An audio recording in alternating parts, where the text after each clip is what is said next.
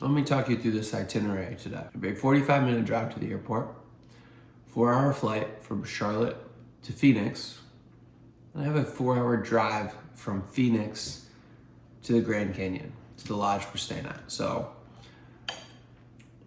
long travel day ahead. Of course, we're starting the day with carbs.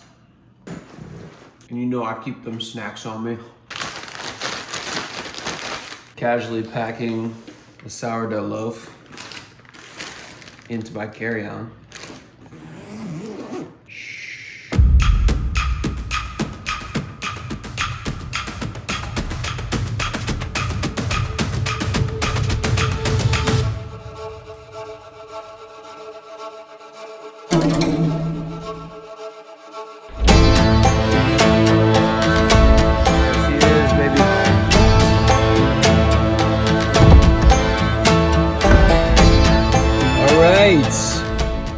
We have made it.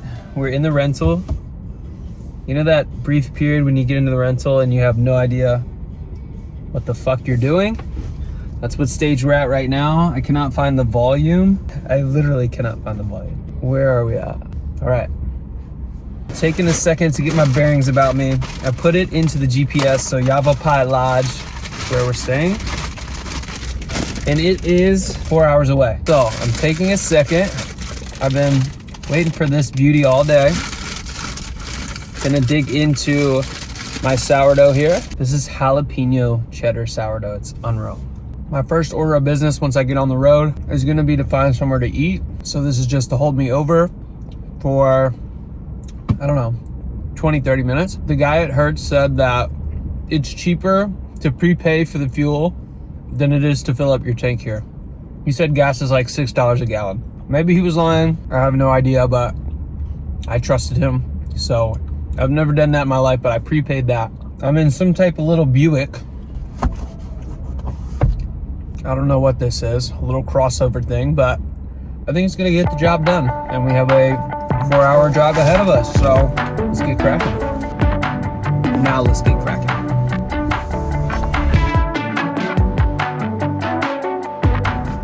Well, you can take the boy out of North Carolina, but the boy is still gonna find a Chick-fil-A. Thank you so much. Appreciate you. Oh, baby. It's just like muscle memory at this point. If I'm on the move and I need some fast food, it's gonna be Chick-fil-A. All right, we are 2 hours in. 2 hours to go. Halfway home, and it is beautiful out here. I don't know how much you can see, but it is just so incredibly vast out here. In North Carolina, all the roads are like surrounded by, there's just trees. Trees everywhere. And out here there's trees, but like there's just vast expanse and vast openings, which is really beautiful and cool. And you can just see mountains way off into the horizon for miles and miles and miles.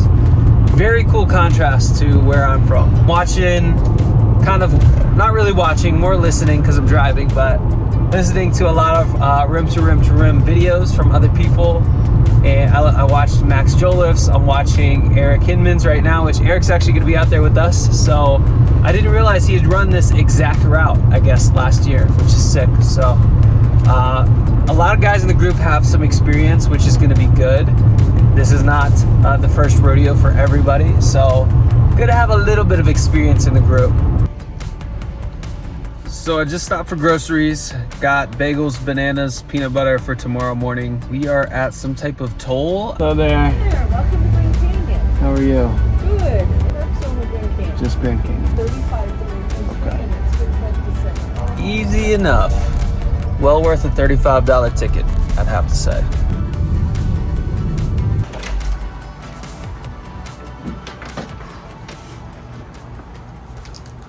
All right, we have made it. I am rooming with somebody named Pete this weekend, who I've never met before. He seems like a very nice guy. We've been texting, should be fine.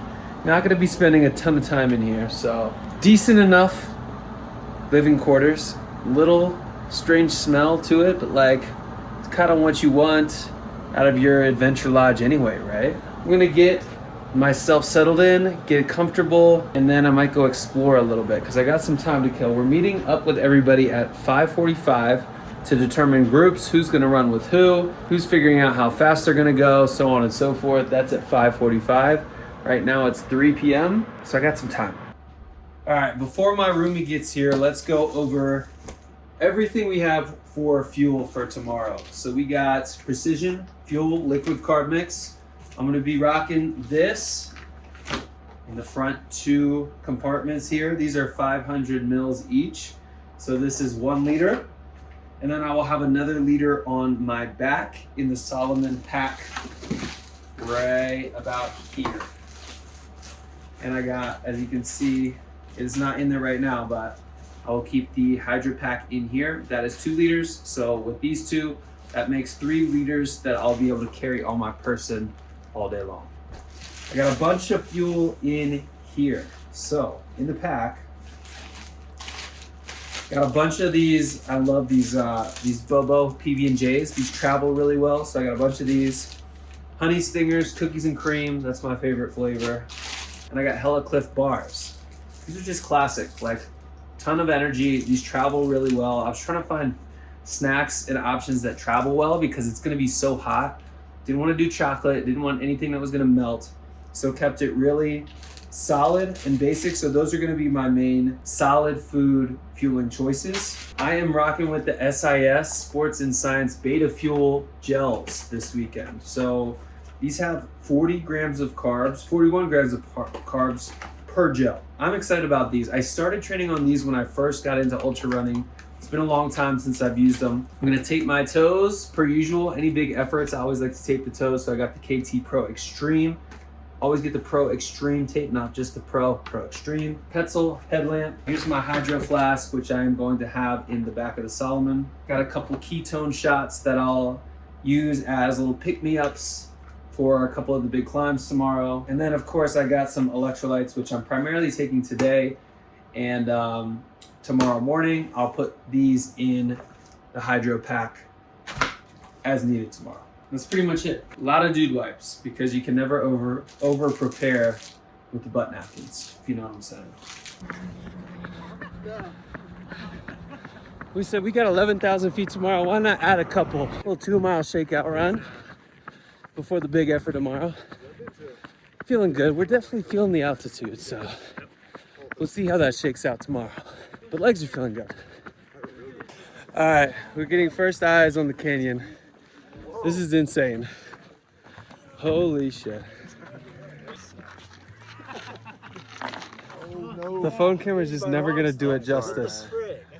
That is insane. Fellas, what do we think? Dude, yeah, hell yeah, that's what I'm talking about. Everyone in. 3, 2, 1.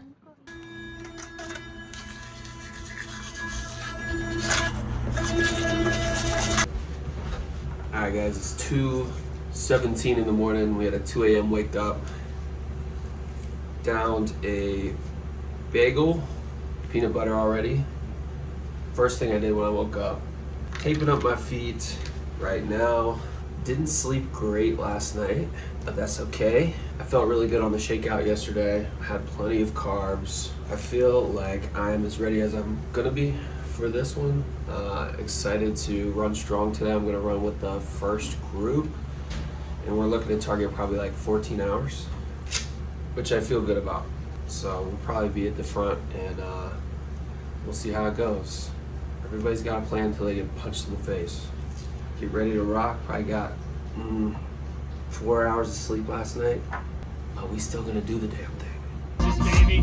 So when you go, I think. Boys are ready. Everyone's looking really good looking. 258, baby. Shot. Frank looks sexy. All right, we're at the trailhead. We actually parked half a mile away from said trailhead, so we got a little extra warm up in this morning. That's gonna be a bitch coming back, but we're regrouping here, about ready to kick off. All right, we are just about 6 miles in. First little glimpse of this fucking beast. Just see the bottom finally. yeah, you might be able to see the bridge down there. It's very tiny. But first little glimpse with some light. Feeling really good. I was gonna film a little bit more coming down this morning, but it was pitch black and I looked over the side and like, I'm gonna die if I take a wrong step here. So no shots from this morning, but we're making our way down the canyon in pretty good time. Squad deep.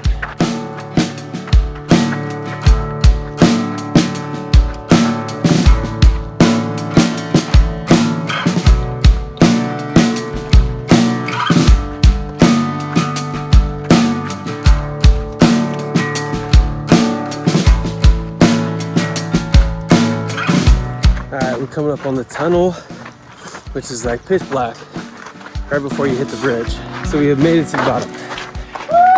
Here we go.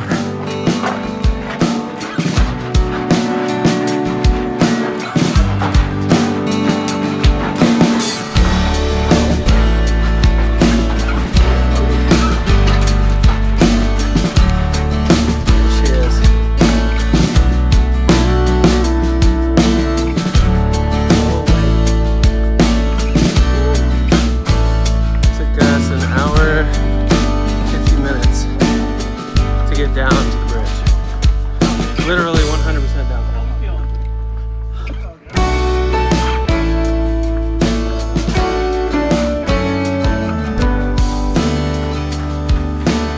About 8 miles in, there was a water stop a little bit before Phantom Ranch. So we stopped there, found my group I think for the day. We got Ty, we got John up here, so we're scooting.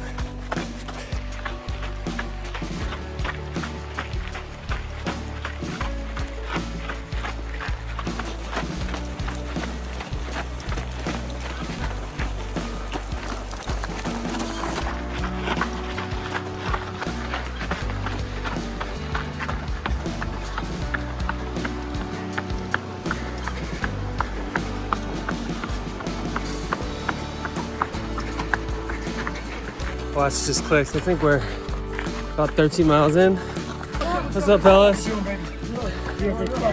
How we doing? You guys look great. What's up, boys? Looking good.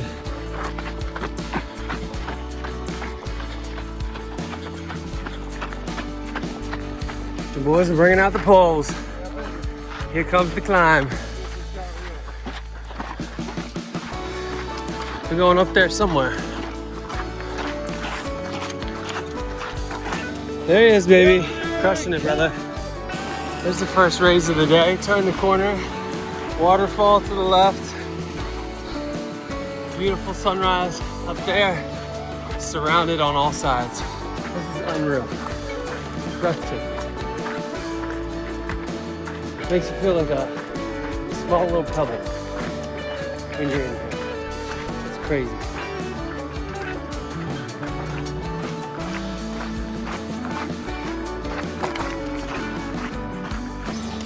All right, we just refueled, rehydrated at Manzanita. Good amount of folks here. We're back on the move and headed to the North Rim. Big climb ahead.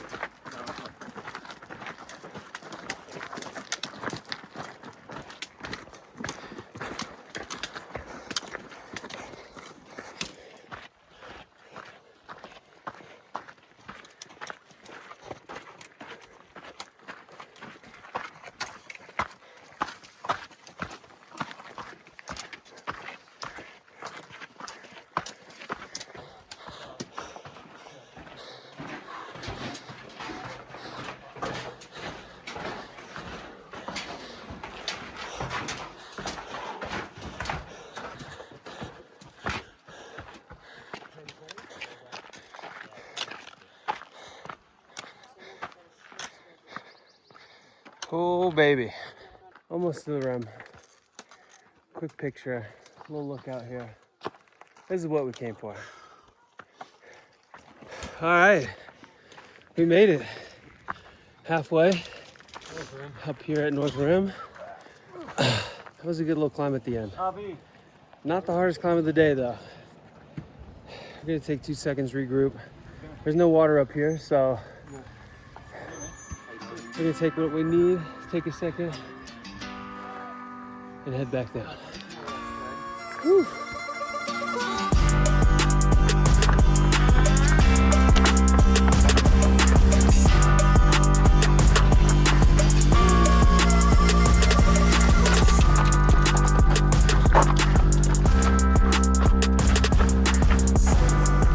All right, we just made it back to Manzanita. Everyone's doing good. Almost ran out of water, almost. It is hot. It's like 100 degrees out here. But these aid stations are the most refreshing thing. Just as a mental reset, physical reset. Use the bathroom, get some water, soak your head in some water. We're about to hit it back. Well, your boy took a tumble. It's hot. Took a little misstep. Legs aren't lifting up as high as they were a little bit earlier. Starting to get tired, but still working through it. We are 8 hours and 47 minutes in. Still making great time, but that sun, brutal factor right now. We are approaching 10 hours in. Just took a dip in that water down there. Incredible. All I can think about is this lemonade. Getting back to Phantom Ranch right now. The boys are starting to fade a little bit, but we're trying to hold the pace. Keep on going. At least till we get back to Phantom Ranch and get a second wind here. So I think we have about 2 miles left. So trying to keep a solid pace and keep the soldiers marching right now. All right, we made it. Phantom Ranch, essentials, Tylenol, and we got the lemonade.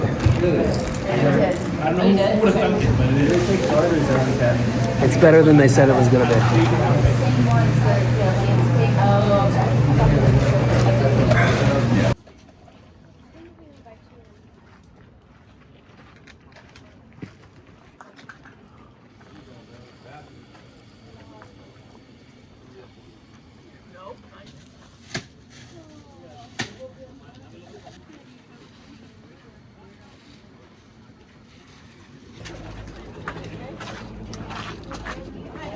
We are back to the bridge. Excuse us. Hey guys. Excuse us. Move, guys. On your left.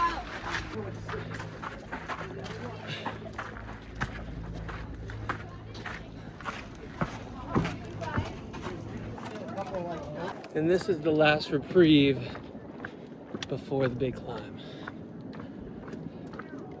And it looks quite daunting. We gotta go somewhere up there.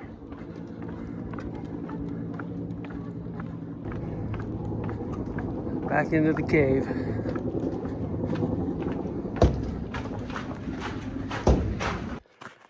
So the tables have definitely turned.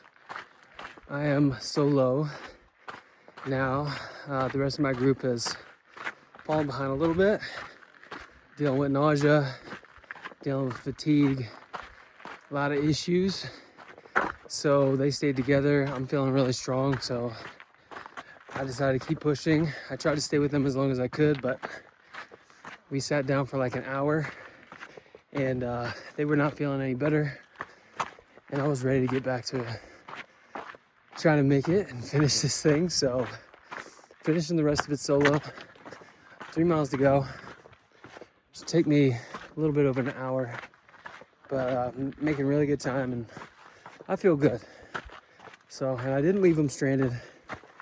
There's a big group back there taking care of them, so all is good.